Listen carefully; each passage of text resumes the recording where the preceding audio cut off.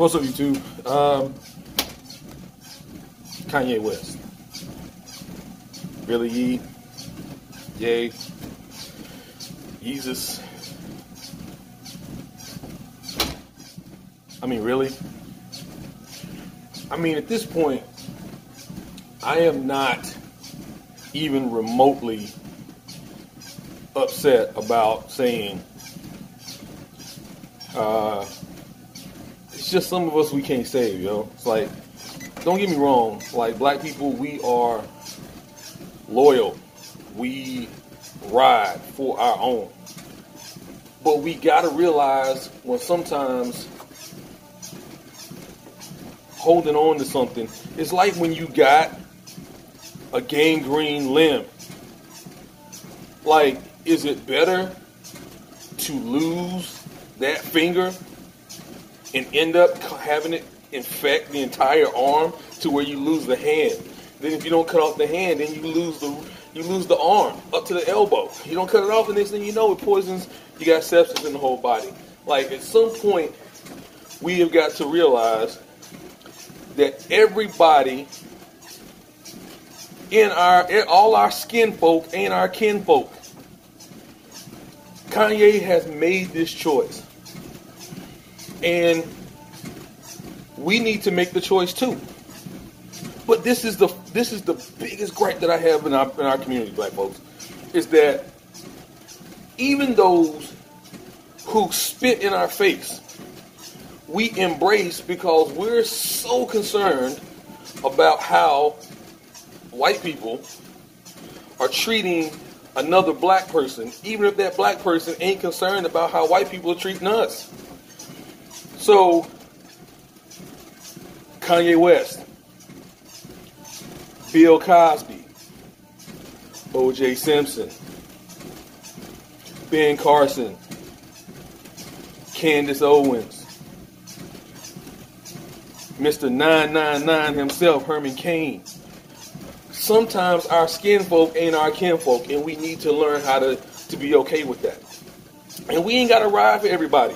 Bill Cosby's ass was not railroaded. Bill Cosby was not set up. Bill Cosby denigrated us. He pioneered respectability politics. The whole time he was out here telling us, don't do drugs, don't sell drugs, and pull our pants up. He was out there drugging women and pulling their pants down against their will. He's stealing cake. He talking about we stealing pound cake. He's stealing cake from women. And then what? We out here riding for this dude.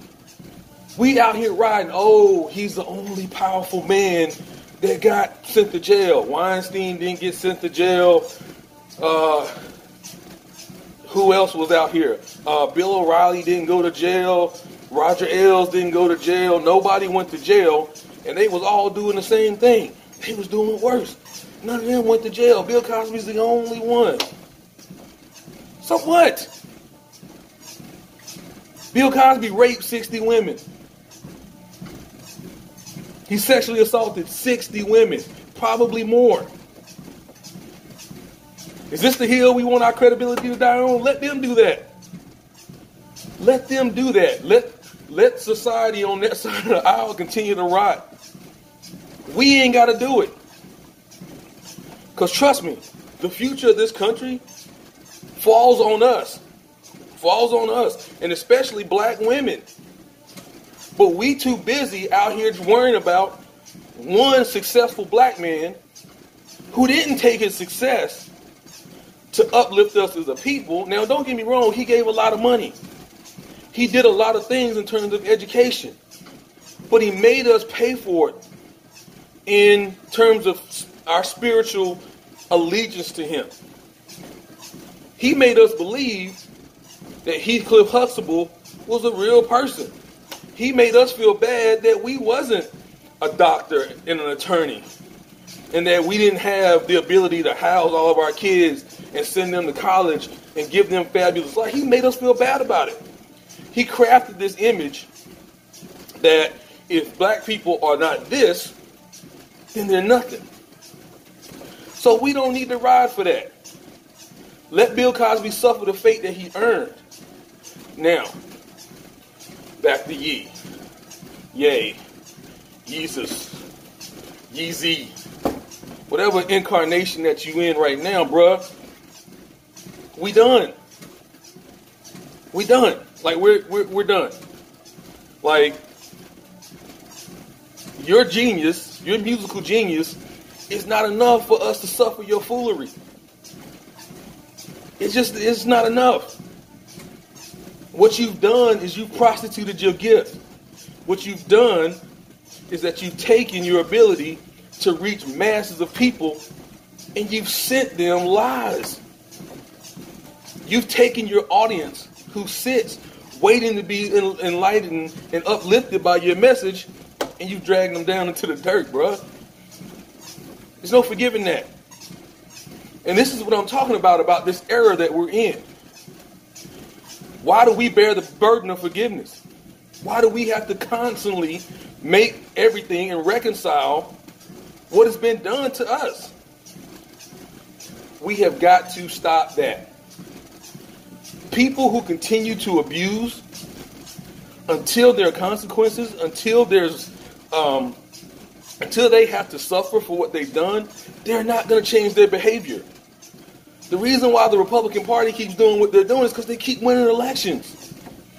The reason why Bill Cosby kept sexually assaulting women, even though it was a well-known fact, it was well-known for decades, because he was powerful.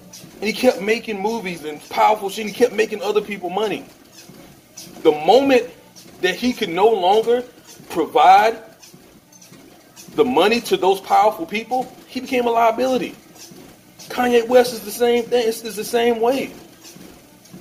The moment he becomes a liability to white supremacists who want to use his image as political cover and racial cover, they'll get rid of him. And we're fighting on his behalf. We're fighting to save him. We did the same damn thing with OJ. OJ killed them people. And we did the same thing. We rode for OJ. We partied in the street when OJ was acquitted. And what had OJ ever done to uplift his community? Not a damn thing. So we have really got to rethink who we are in terms of a people. In terms of who we are, not as a people, that's kind of broad, but who we are in terms of who we support. Like, this is where standards are built. Like, you look right now, you look at white America, there's no standards there. They just needed power. They just wanted to hold on to this semblance of superiority. Like, I'm superior, I got to hold on to it, and I'll do anything I can to hold on to it. Doesn't matter what it is. Doesn't matter who I put in power. As long as they serve my narrow interest, I'm going to back them. This is how we end up with somebody like Donald Trump. If you were to take Donald Trump, and I know his skin is orange, but that's not a real human skin tone. But if you were to take somebody like Donald Trump with the same profile and make them Hispanic, make them Asian, make them black. Are you serious? Herman Cain was leading the polls in 2012. Leading in the polls. Up. The Republican Party saw that, and it took one allegation. Not of sexual assault, not of rape, but of a woman coming forward and said he was untowards towards me. He was less than a gentleman. He fondled me. Which is terrible, because that ain't your wife, bruh. Second of all, if she wasn't with it, you shouldn't have touched her. You don't have agency over her body. You have no reason, you have no ability to have access to her body without her consent. But it was enough for white people to be like, sorry, bruh. You got to go. 19 women. A tape in which he admitted doing this. And white people was like, so what? Hundreds of millions of dollars stolen from people. White people was like, so what?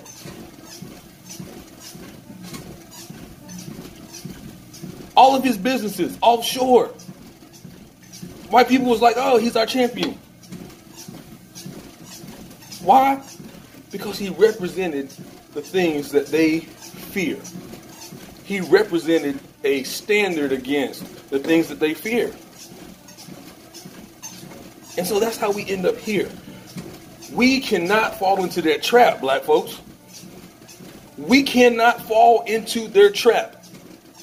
Because once we go down the road of that anything is permissible, anything is acceptable, as long as they skin is this, we are screwed. We're going to end up just like that. And the bad thing about it is we can't come back from that. Soon as Trump leaves office, the great redemption tour of white America is going to begin. The media will come out and say, well, they were just afraid. Oh, the changing demographics of the nation. Oh my God. How could we have missed them? Look, how many glossy editorials have they written about Trump supporters since the election? Oh, these people in middle America, the forgotten folks. How the hell are they forgotten? You talk about them 24/7. Everything that we do in terms of policy is geared towards these people. How were they forgotten? Yet, here we are again. Rallies, policies, everything geared towards the vast majority of the country who holds 90% of the wealth.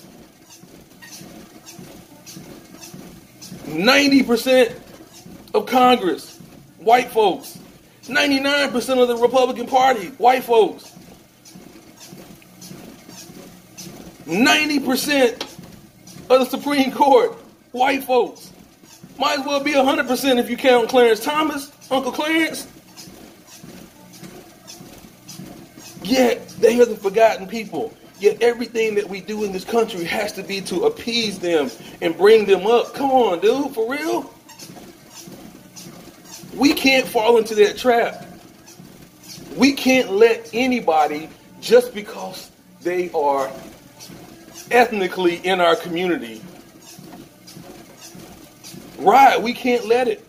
We can't let that be the standard that, oh, they're black, therefore they're good. No. We gotta cut bait, man. We gotta cut. We gotta prune.